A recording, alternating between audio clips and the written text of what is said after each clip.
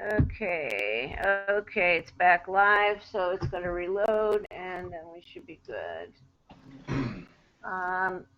Okay. Oh, Yes, are we giving away a pipe? a pipe and maybe a Mjolnir? Yeah, that'd be great. Let me run down and there we are. Yep, go ahead, do what you need to do. Yeah, let me run down and grab a couple, and I can actually show them. Cool. All right, cool. I'll be right back. Whoops. Hi, we're back. Okay, so somebody asked where the store was, and they were asking about the... Yes, he nodded Okay, so you were asking about how I felt about the flippers. Right. And do I think that the scene is what it once was? You know, I was certainly very verbal about how I felt about people buying, jumping in line in front of other people and then reselling them to those very people that really wanted them in the first place. Yes. And I disliked that, and I was verbal, and everybody said I should mind my own damn business because it's their PV, they can do what they want with it. And my response has always been, no, it's you bought it so you could sell it to somebody who wants to make it their PV. It isn't your PV. It's you're holding it hostage for money. But I realized pretty early on that the only way that I could make that stop happening was to produce more. And the only way, the only possible way to make it so that the flippers can't have a field day is to make exactly one more than I need to have in the world. So if there's 500 people that want them and I make 501, no flipper's going to make a dime. And I found out that that's a very expensive and time-consuming process to try to produce so many that people, that it fills the need. And there's a lot of builders that are afraid to get to the point where there's enough of them that there's one left sitting on the shelf, because then they fall from demand and they no longer sell as quickly. From my point of view, is we're trying to hit the demand, and we are really, we put a lot of time and effort and money into making it so that we can hit the demand. Right there with you, Mike. And that's the only thing I can do to battle that is make more. So that's what I do. And every month we make more than we did the month before. And if you would ask me if at any when I first started this, I remember saying I'm going to make 10 of these a month in my basement. I remember. And, within a very short period of time, we were making 100 a month, and then it was 200 a month, then it was 400 a month, then it was 800 a month, and then we sort of zoomed right past 1,200 a month to 1,500 a month, and by the end of August we'll be at over 2,000 a month, and we're already above 1,500 a month, and right. And the simple fact of the matter is when we're producing that many, they're no longer rare unicorns. They're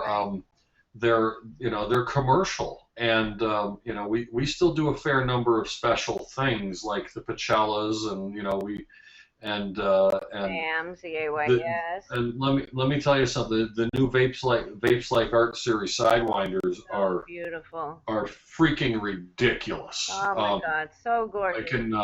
I can honestly say, that's one that we're all real proud of over at the shop because they're just crazy beautiful. We're so beautiful. The gunmetal PVs that are coming out next month are, I'm vaping one now, because I can't wait till it comes out. We can't wait either, but we have to. Yeah, but I mean they're just crazy beautiful, and my goal of making stuff that's just beautiful is really becoming a reality. I've got the right people in the shop now. I've got the right processes in place, and Matt's right. It's like I don't have to keep a lot of this secret. The only thing I have to keep secret is the G code. Right. you know, so I don't, you know, so I can have people watching parts being made, and frankly, it's kind of boring. But you know, it'll give people something to do. I have to say, the e-pipes that Mac makes, you know, because they're all so individual and you know, custom. I love them Pipes all. you're making and Vent 69, who does the steampunk mods. I have to say, for me, those really epitomize vaping as art. You know, I agree. those are some of the devices that I have that I bought simply to put away, you know. And I don't have the one I really want of Matt's yet because I just can't afford it. But I But will. does he make a Pac-Man mod is the question. Well, I love that Pac-Man mod. I really love the pipe that he's holding, and I also love the blue one that you have. Those are ones, you know, that I aspire to own because for me they're just beautiful. They're durable. You can use them, but they're ones that I like to keep, you know, pristine, put away. Yeah. You know, I mean, I will use them, but they're certainly for me definitely not an everyday kind of device. You know, I want them because they are art. Yeah, and even not to be blowing, you know, roses in Matt's direction because it's, you know, but even the simplest little ones that he makes, no two are the same. They're all just little gems, and they're just awesome. They vape so well. Oh my God! So How about we give one away? What? awesome! Love that idea. Let's start with a Mjolnir, a hammer of Thor. Now, I want to preface this by saying that there are certain PVs that do not make the cut for the website. They get to a certain point, and we don't see fit to just throw it away and not finish it, so we go ahead and finish it, and we give them away. Right. That's where we get our giveaways from. So these are imperfect pieces, but they're fully functional. They just have, you know, minor imperfections either in the wood, they're cracked or something like that. So Awesome. that being said, Hammer of Thor. Sweet. yeah, Beautiful. I always nice like PV. The problem with this one is it was cracked in the bottom. There was a split in the end of the wood that was used. But other than that, I mean, you could drop it; it's not going to break. Right. It's fun. Got character. Absolutely does. Absolutely. And I believe, Nice. I think this one might be Mopani. Oh, nice. As opposed to Les Pani? Yes, it's Can you tell the Mopani. viewers what Mopani is for those who aren't familiar with custom wood mods? I can't give you a biography on Mopani. I'm sorry. Type of wood, Yeah, it's the type of wood. durable, obviously. You wouldn't have used it. It's a very dense, tightly grained wood. It polishes really, really nicely, and it's got a really, really deep tone to it. And if you take it out in the sunlight, it has, you know, some of you may be familiar enough with wood to know that it can have like a translucence to it, like a holographic effect. If you move the wood one way, it'll shine more brightly, it'll look lighter, and you put it another way and it'll look darker. Tiger eye. This wood definitely It's has. like tiger What's eye. that? Yeah, like Oh, tiger nice, eye. It definitely has that characteristic. Very nice. All right, guys, I'm going to put a start in the room and let you guys play for this beautiful Hammer of Thor. Mopani, Mopani, Mopani. Mopani, yes. I do have a quick question. How does Babinga do for pipe making? We use a lot of Babinga. We use curly Babinga and straight grain Babinga, and it's I've built chess tables and chess pieces out of Babinga. It's a very, very nice wood. Oh, nice. I love the way it looks. Very oily, polishes well, has a very pleasant aroma to it. Oh, no kidding. I had no idea some of the woods. I mean, you know, everybody knows cedar has a really great fragrance, but didn't know that applied to other woods as well. Oh God, yes. A lot of the woods we use have different aromas about them. Tambouti, one of them. Go ahead, say something. I knew her. Tambouti. Yeah, I know that girl. Ripple just says, geez, Mike's never been this quiet for so long. Not my show. Tambouti is sandalwood. Ah, nice. Tap booty, yeah, there we go. Tap booty. Yeah. Booty, tap booty. My specialty. Yeah, no, that wood has quite a fragrance to it. Lignum vitae is a very fragrant wood. And heavy, and heavy too. Yeah. Did Zen just say he has a fragrance too? No. He said he was talking about lignum vitae, and I said it's very heavy. Oh. It is. Yeah. Incredibly oily.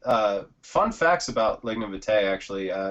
Merlin's wand was made out of lignum vitae, and they actually used to use it in machines as gears. They would make gears out of lignum vitae because as the gears would heat up, it would excrete an oil that would help to lubricate the gears, and when it cooled down, the oils would go back into the wood. They used it for clock gears, and they also used it as the drive shaft on a Rolls Royce. No way, really? Yes, sir. No kidding. So it's a really ancient old Rolls Royces. Huh. Yep. Okay, let's put the stop in and have Chunk grab.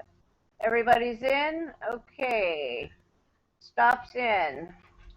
Number, please. Chunk Meister. Jaffelman, I'm going to leave that 13 in.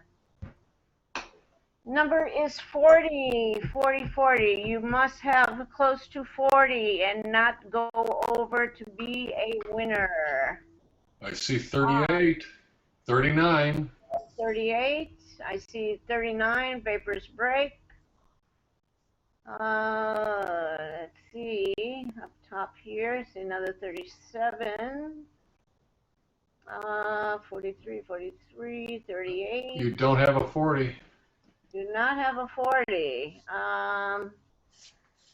So I guess it's going to be 39. I think Vapors Break actually is the closest there, right? Yep, Vapors Break. Congratulations. All right. I will take his email and send it to you. All right. Are you putting the prize that they won next to their name for me? Yeah, they have to send me an email with their name, address, and what they won, and all relevant info. Okay, cool.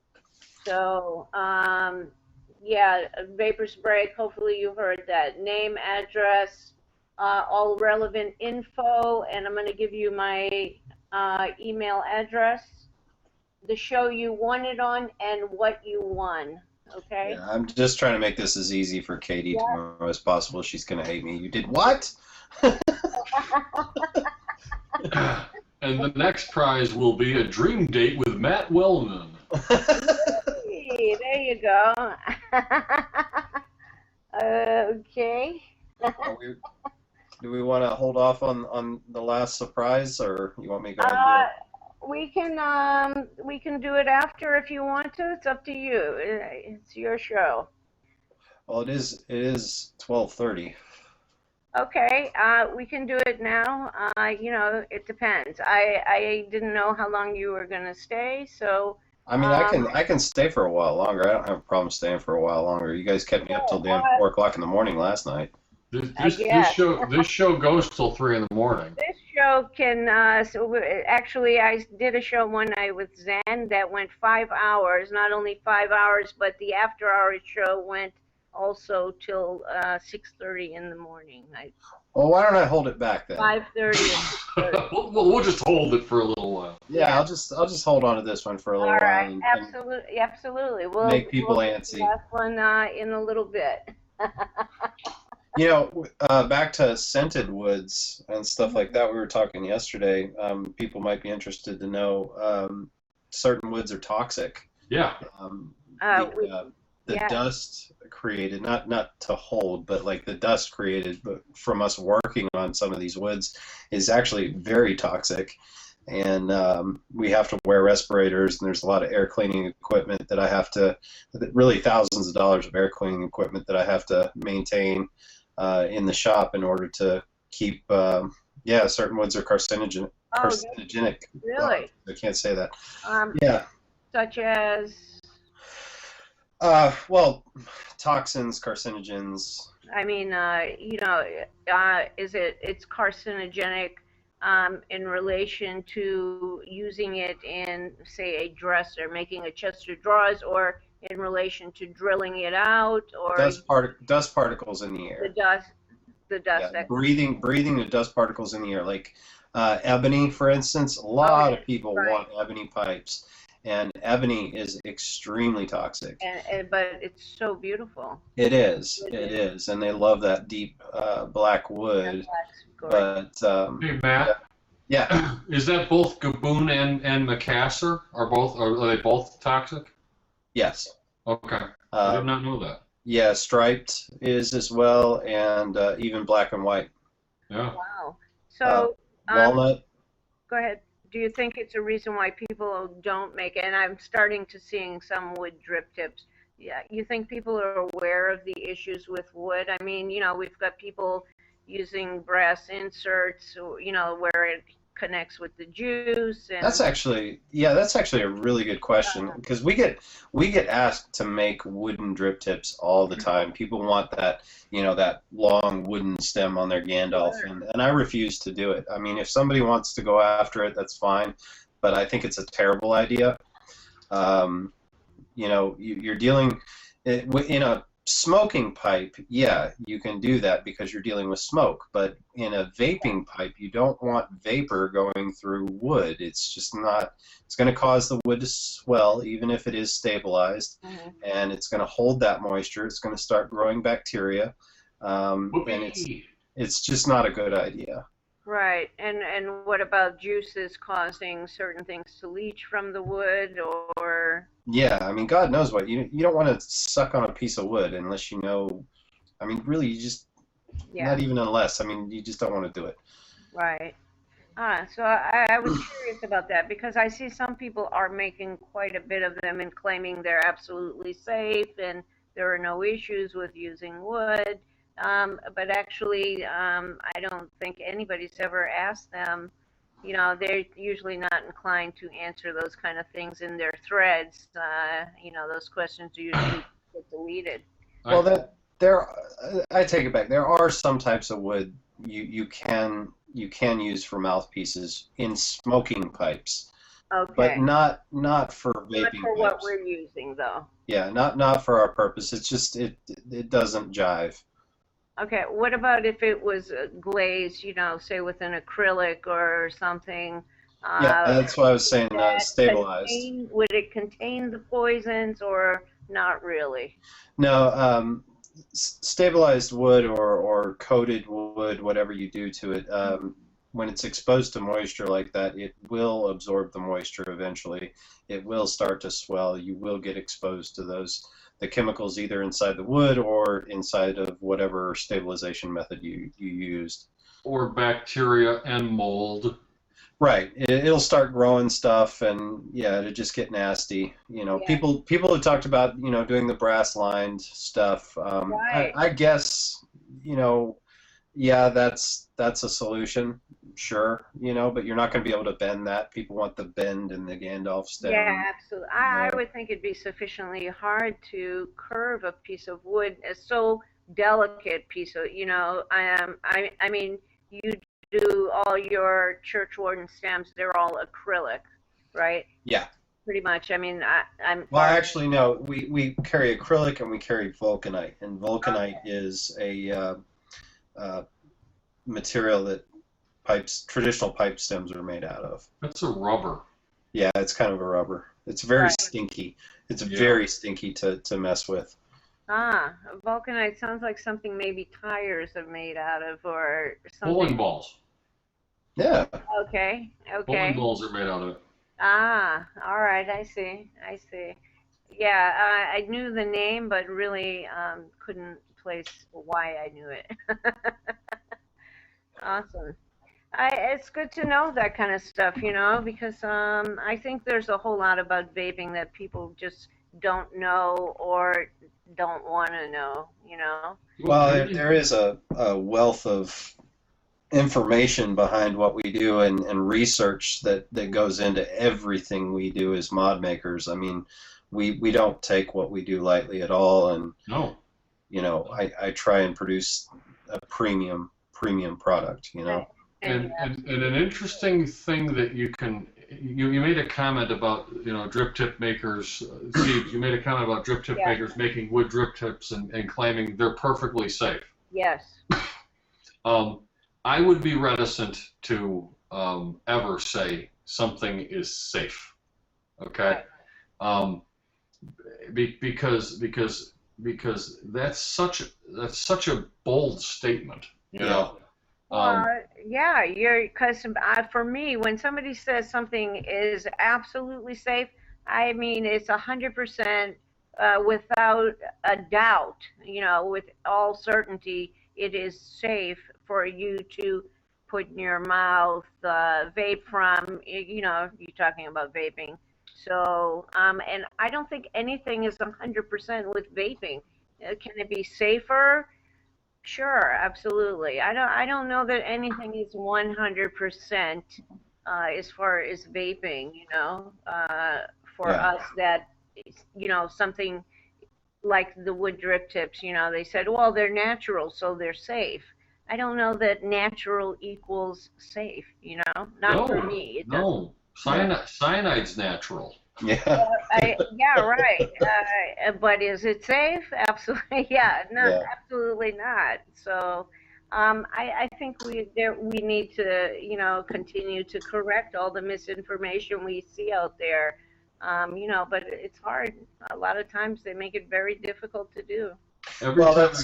That's why I tend to You- put my warning out there, and if somebody's hell bent they want to do it, I say, well, go for it. You do it. I'm not going to do it. Right, but Yeah. don't hold. Every time I go into the post office, the person behind the counter says, "Is there anything in this package which is liquid, fragile, or potentially hazardous?" And my answer is everything is potentially hazardous. And do they question you further? Oh, they usually say, "What are you talking about?" I said, "Well, the very box itself, I could beat you to death with it." You're an ass that way. That's why you got messed up in Chicago at the airport. No, that's not why I got messed up in Chicago. Yes, it is. That's why I potentially could have. No, that's one of the potential things. I got messed up in Chicago because I was carrying a briefcase that once had bomb-making material. Yes, and when they asked you, do you work with explosives? I said yes. I think that story actually bears retelling.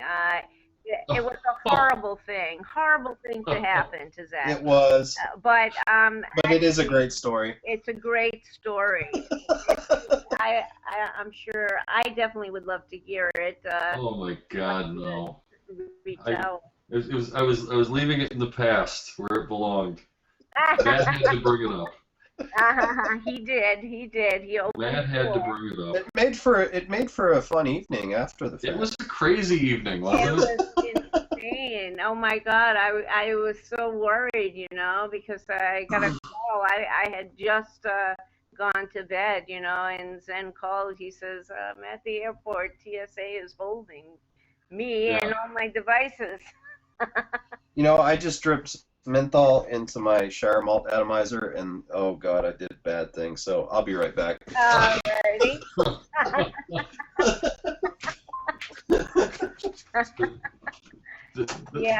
The short form of the story is if the TSA ever stops me again and says why does my briefcase have gunpowder residue in it, the answer is I have no idea, as opposed to, well, just last week I was carrying bomb making material in it.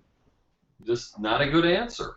But Yeah, it just made for more questions for them. yeah, and you know, I mean, you know, they tantamount to tortured me, They did, definitely. and although it was subtle, it was not right what they did. But you know, you live, you learn, right? And really, the story is so well documented places that you know, it Nice. almost doesn't bear repeating. But the upshot of the whole thing was they saw the Genesis PVs in my carry-on bag. They didn't know what they were. They started with their sniffing them for bomb material. The briefcase that I was carrying tested positive for it. I explained why it would test positive for it, and they asked me to produce my federal explosives handling permit, which I then was able to get texted over so that they could see it. And then from there, they decided we're just not sure, so we'll hold you for the next several hours. Against my will, made me miss my plane, seized my devices. The Chicago bomb squad came. The bomb sniffing dogs were there. TSA was involved. Department of Homeland Security was involved, and it was you know, it was quite a long night. And thankfully, the guys from the Chicago bomb squad, and I'll never forget his name, Officer Charles Jones, was finally you know, convinced the TSA people that there was no bomb involved in anything, and he got me out of there. But it was a long night. Yeah, absolutely. And they did hold on to your PVs for several hours. Yeah, well, overnight, actually. I had to come back and get them in the morning after the TSA bomb expert had a chance to take a look at them, which really pissed off the Chicago bomb squad guy, because he said, these are not bombs, and they said, well, we don't believe you. So that's when he snapped into action and got me out of there. So Thank God for that. He's clearly the only one who had any sense at all, you know. yeah, no, he was great, and honestly, I sent a nice letter to the Chicago Police Department thanking them for Nice. having such an intelligent guy on staff that was able to figure out what was what, because as far as I was concerned, if it wasn't for him, they probably would have detained me a bit longer. No doubt, no doubt. Yeah. I think they had a very special place for me in Guantanamo Bay. I have no doubt they might have tried, had left up to their own devices, you know. It's unbelievable that they really, Yeah. you know, I don't get why they allow, say in this case, people with no, you know, special skills, knowledge, or anything else to have control over something, you know, that we probably desperately need, but look who's handling it, you know? Well, the key in dealing with them is if something, and Nathaniel's when they're talking about, they gave him a hard time over his Zen standard. The key in dealing with them is the minute that it starts to head south is maintain your cool, okay? Yeah. Because they're waiting for you to flip out on them, because the minute they've detained you, you know, you have to do what they tell you to do, and if you don't, you're guilty of a federal crime, and you don't want to mess with that. So, but more importantly, that notwithstanding, at that moment in time, you become an ambassador of the vaping community, okay? And how you behave, if you become belligerent with them, then that will put a negative light on vaping. You have to remain calm. You have to realize that they are the ignoramus here, not you, and you have to you have to just not flip out, because if you start flipping out on them, it will head south really quickly. Hey, you were nice to them, and it went south. Well, I was nice to them, and it went south. But on the other hand, you can't ever forget that when that's going on, you're not just representing yourself, you're representing the entire vaping community. Yeah. You absolutely do, and you know, it's just the kind of thing we would love to publicize and say, oh, look at you see what kind of morons those vapors are. They're putting our security at risk, and any number of things would be published about something like that. Yeah, and while we're at it, anybody who happens to travel, don't stealth vape on the plane if they don't want you to do it. What does that mean? If they don't want you to do it? Well, I mean, some international flights allow vaping. Really? Yep. Yeah. So some international flights allow it, but no domestic flights do. So don't stealth vape, on a plane, Well, let's talk about that for a second. Is it Is it a law that you cannot vape on any domestic flights in the U.S.? Can you vape on any flight? Is there an airline you can vape on? My understanding is you cannot. Okay. So in some of the little magazines that are included for free that have all the rules, that just also happen to have all the rules for the plane on them, they have specifically singled out e-cigarettes and said you're not allowed to do it. But there is a law that says that you must obey every instruction from a flight attendant. And yeah, Nathaniel, they may have made it illegal. I don't know that law, but I do know this. You have to obey every instruction that's given to you by a flight attendant, no matter how stupid they might be. And that's the law. If they tell you to do something, you do it. Well, if I was, let me put it this way: if I was told not to vape on the plane, I would not vape on the plane. Right. Right. Okay. But that does not. I understand what I said there. Yeah, I hear you. I did. So my next question is: do you, Matt Wellman, stealth vape on planes? Hell yes. Ben, do you stealth vape on planes? I do not. Okay. I also do. Yeah. Actually, and right after that happened to you, I went to the airport with Genesis in hand, filled, took the batteries out when I went through, which they swabbed, and then they removed all of the PVs that I just gotten from you and swabbed them all. Yeah.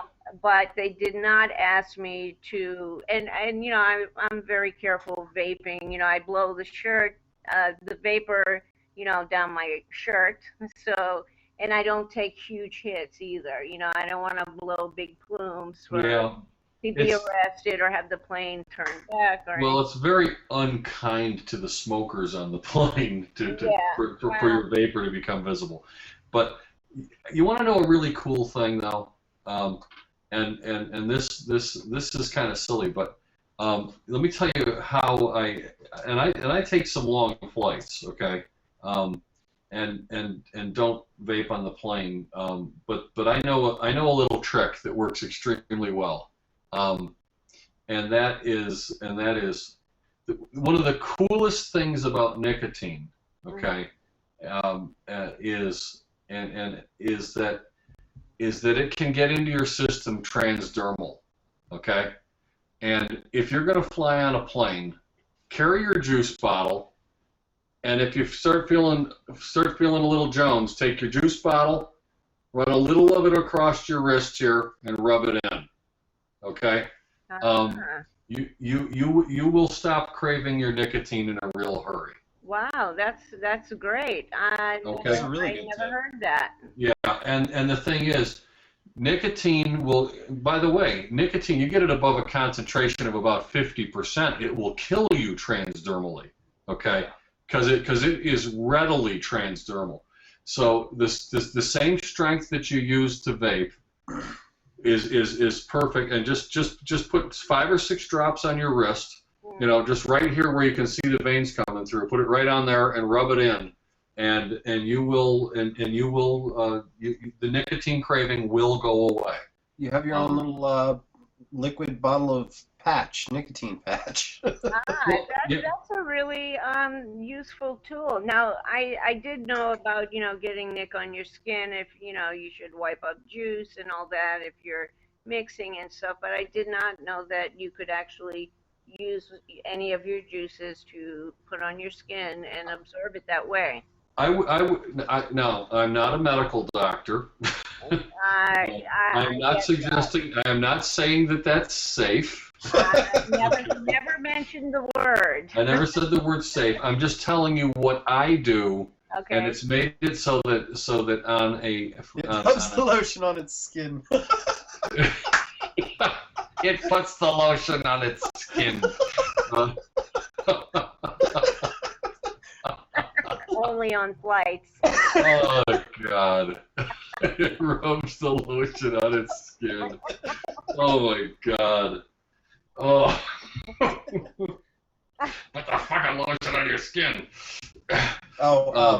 Just a heads up to the people in the chat. If you see Brian Cook in there, he's one of my pipe makers. So I happen to see that he's in the chat. So say hello to Brian.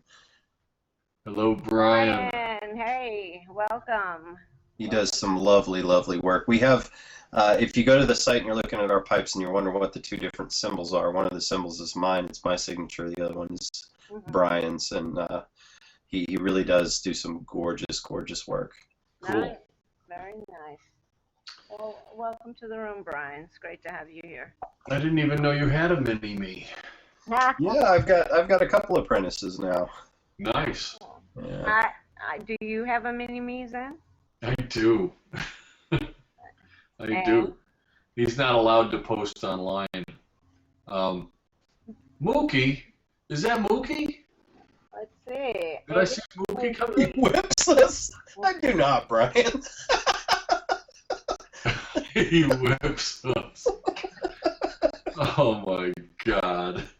No, I have a couple of full timers now. Dan and Mooch. Mooch is related Mooch, to Mookie? No. Mooch is not Mookie. No, I'm saying hi to Mookie. Mookie. Mookie, type something.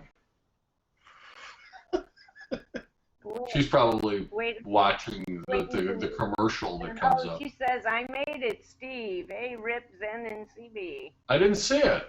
Ah, it's right there underneath. There it is. Now I see what color she is. Okay. Mookie, I heard you made quite the splash at Vape Stock. Oh, be nice. I had many friends saying, who was that gorgeous woman talking to Zen?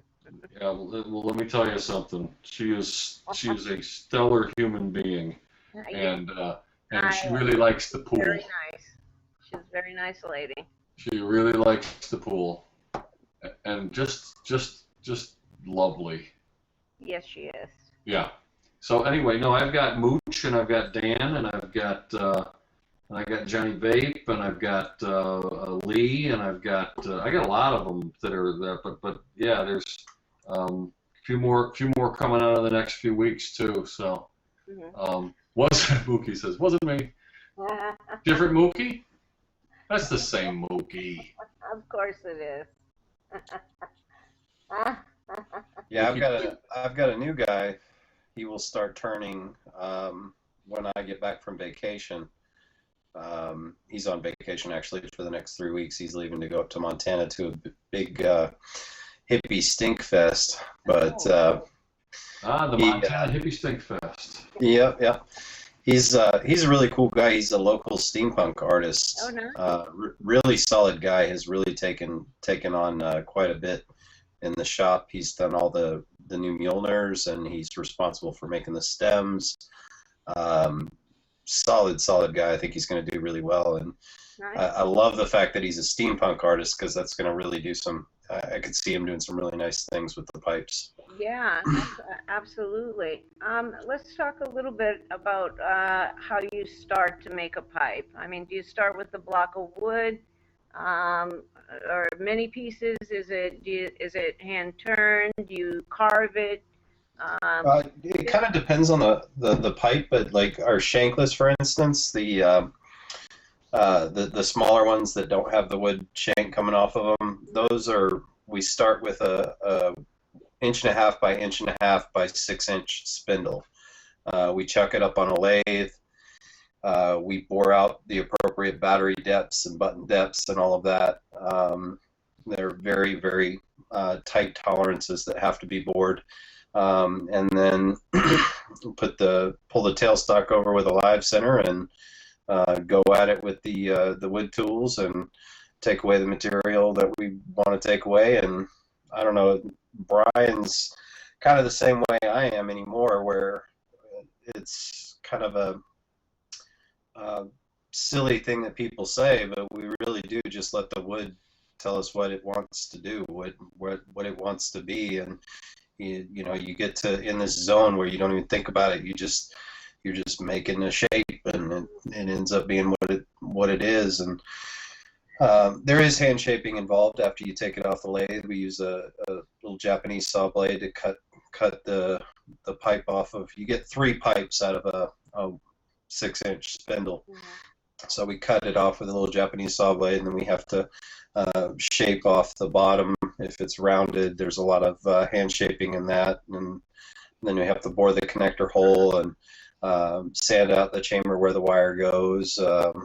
So those are the easy ones. Now the freehands take hours and hours of hand shaping and tooling, and there's some intense stuff going on with the freehand shapes, like Loki here. Loki has lots and lots of hours in him.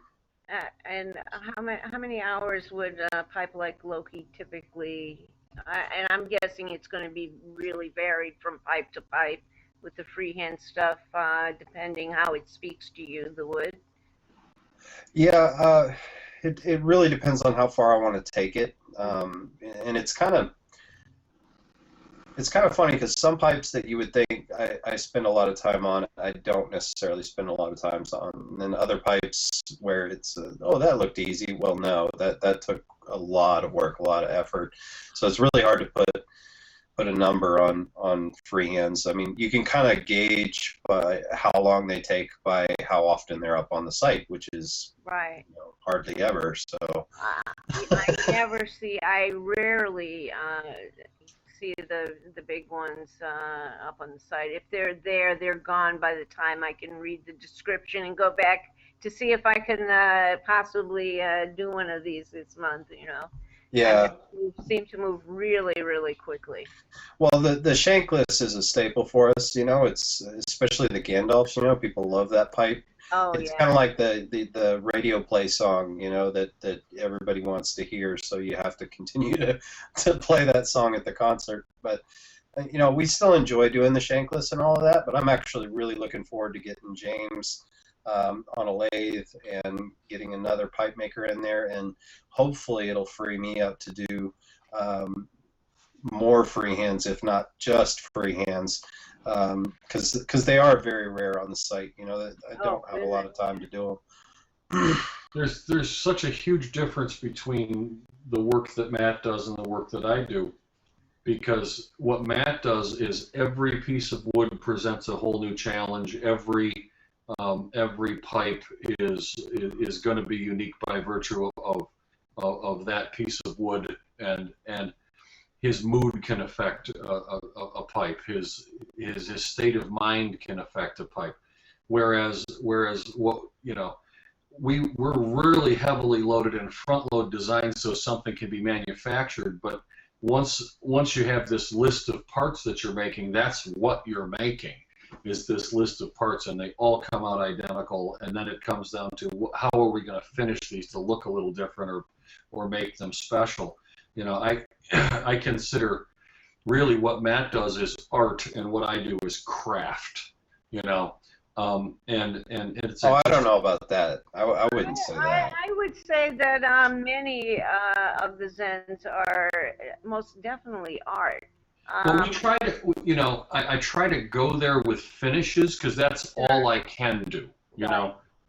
You know, so I mean, when we have the, you know, like the Vapes Like Art series that's coming out, you know, no two of those will be identical, even though they're all based on the same patterns. But so much of that is out of my control. I can pick the patterns, the fractals that are going to make up the patterns and that sort of thing.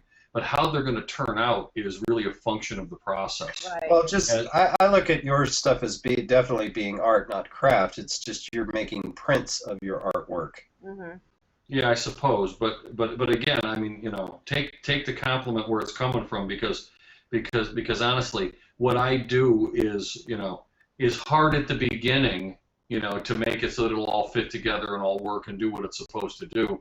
Whereas yours, every time you start making a pipe, you're going to come out with something which is wholly unique. Yeah, no, there is a huge difference there with what we do. Yeah, it's just they are absolutely opposite ends of the spectrum. Yeah, I mean the wood grain, the direction really has an influence on the direction of which way the pipe's going to go. With this pipe, that's this backside of the pipe here. That's actually the end of the burl cap. That's exposed. Yeah. That's why it's all knurled and everything. That's not something that I did. Yeah, that's the thing. Natural end of the wood. That thing came along, and I envision what you do is you take a piece of wood and you find the pipe in it. Yeah. There is a pipe in there. Yeah. Yeah, there's a pipe in there, and you have to find it. And every piece of wood may not have a pipe in it, but most of them do. And what you guys do is reach in there and find that pipe. You remove everything that isn't the pipe. Yeah, that's Michelangelo quoted something similar to that. And, the statue of David was in the marble. He just removed the excess, I guess. I can't remember the exact quote. Yeah, but the more I work with stuff like this, the more I understand that mentality. It seems really cliche, but it's not, though. It's so true. Yeah. If anybody has questions for me in the chat there, feel free to ask Brian Cook.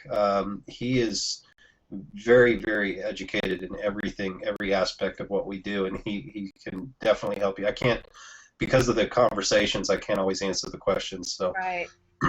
I do have a question for Zen. Somebody was asking about the Sidewinder finishes. Are they hydro dipped, and is it something we're going to be seeing more of on Mod?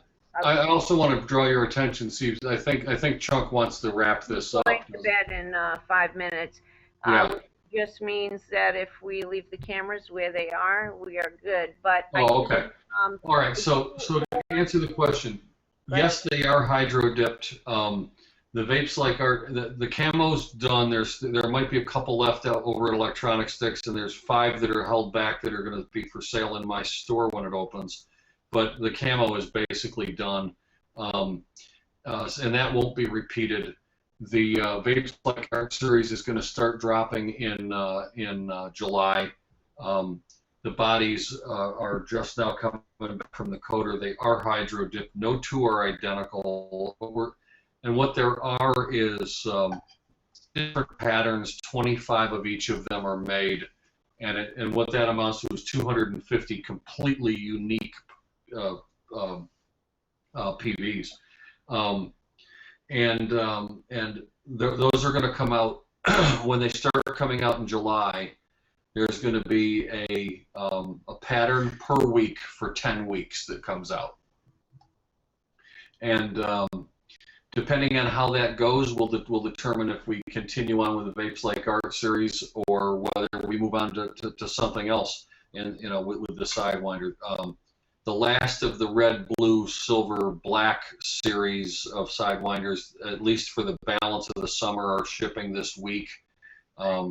So if you see them pop up on the site, you'll want to get one because when those are gone, they're not going to be back again until the fall because we're going to run the Vapes Like Art series through the summer for 10 weeks. And then after that, the black and gold Cardo Tank Sidewinder, those are shipping, I think, Friday, and they'll be on the Electronic Sticks site probably into next week. And Sidewinder has some other interesting surprises coming out later in the summer too. Very nice. So. Matt, anything you want to talk about? Chunk, it is 6 a.m. in the UK, which is where our feed is originating from, and we're going to give away your last gift to the viewers. Oh, okay, yeah. Then we will just wrap up. Anything else you want to touch on before we do the last giveaway? No, we can go ahead and do the giveaway. That's fine. Matt, Zen? You guys all rock, man. They It was do. it's always a pleasure to share the stage with Matt, and Siebes for sure. So this was a fun night. Yeah, thanks for staying up until 6 over there in the UK to keep us going. Yeah. Chunk is awesome, man. He's got a very, very high threshold of pain. Boy, does he ever? I think I'm gonna have to do something special for him. Ooh. Oh man, is that gorgeous? Gorgeous. Wow. Very nice. Very nice. This is a double-horned Gandalf. Why don't you just rig this contest so I can win that? If I was gonna rig it, I'd be giving it to Chunk, dude. Oh, yeah, good I like that double horn. Yeah, that's cool. It's nice. It's really beautiful. The issue with this pipe is the connector was just a little off center, and there's an X right there that we put into it, so we know that it's not one that was sold. So Yeah. those guys out there that are flippers, or if you want to sell it on the Classies, this is a giveaway, and that tells people that this is a giveaway. So. And don't you dare. Is that walnut, Matt? No, God, I don't know what wood this is. I really don't. It's just wood. Yeah. It's pretty. Love This the is a pretty unique thing. This has a very high translucence. It's got it's not quite as tight a grain as the Mopani. There's definitely some pith lines in this one, and then it does have a really nice spalt line on the front. Really Very dark nice. ring on the I front. like that. Beautiful. Really beautiful. That's beautiful, man. All right, guys, I'm going to put the start in the room, and then we'll be wrapping the show up. Would have run longer. I appreciate you guys coming in, but because we're feeding through the UK and Chunk's house, he's got to go to bed. He's got work. So let me put the start in, guys, and let's see the numbers roll.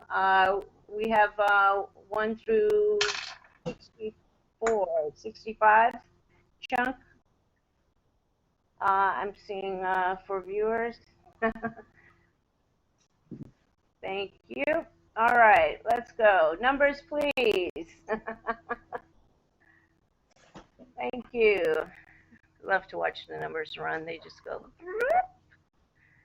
so quickly. Round and round and round they go, and where they Yeah. stop, nobody knows. Nice. And you're really going to love this pipe. I have one that is similar, not the same style, but a little small one, and it's one I carry with me every day. You guys will really love this pipe. Truly. They're really nice stealth vapes when you set them up that way. Mm-hmm. A lot of people like to put the long church wardens on the Gandalfs, but you can set them up to where they're completely stealth. Oh, absolutely. Yeah, I just put a little EVOD on it and I stick it right in my pocket, Yeah. You mentioned turning the cap over upside down so it doesn't fire in your pocket, which is, so great. Yeah, the dome switches, you can flip them upside down and the pipe is in off position. It can't be fired. Now the flat switches don't do that. So, And this one comes with a domed or flat button? When we get your information, we'll email you and get that request. Now, both the Mjolnir, I didn't say this, but both the Mjolnir and the Gandalf that I'm giving away here, it's just the pipe and the button. You're not going to get batteries or anything else with it. No. Just the pipe and the button. Yeah. If you like those church organ stems, that's something you guys are going to have to get. All right, let's put a stop in. Everybody's in?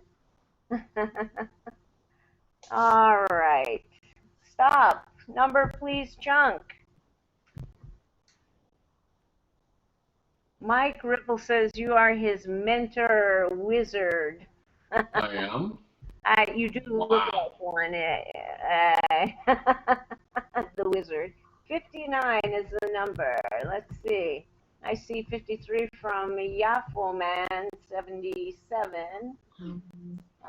54. Vapors Break. If you have already won, you would not be eligible to play again for this. Mello has 58. Very nice. Sweet. Let me just run through to make sure. I think it's going to be Mello. Yep. Looks like Congratulations, Mr. Mello. Congratulations, Mello. Mello, you can send me a Skype with the relevant info. I do have you on Skype, please. And I want to thank Matt and Zen for being here tonight and touching on the whole sub-ohm issue that is being talked about right now. Very important subject. Guys, also do check out Battery University for more information. Chunk, thanks for being here and producing the show. Everybody, thanks for coming in and hanging out. All the Zenfidels and everybody who's been in tonight, thanks so much for coming in. There would be no shows without you. Love you. Thanks for watching Nova Broadcasting, and we will see you tomorrow. Take care, everybody. Thanks for having us. Goodbye. Real quick before it goes off, ENS will not be at the Atlanta Vape Show. No. And Matt, will you be at Vapapalooza? Oh yes, we will be there. I can't really say we'll have a ton of stuff because we'll be in the middle of the move, but we will be there. All right, awesome. Guys, don't forget about Vapapalooza in July 5th in Atlanta, Georgia. Take care, everybody. Good night. Bye-bye. All right.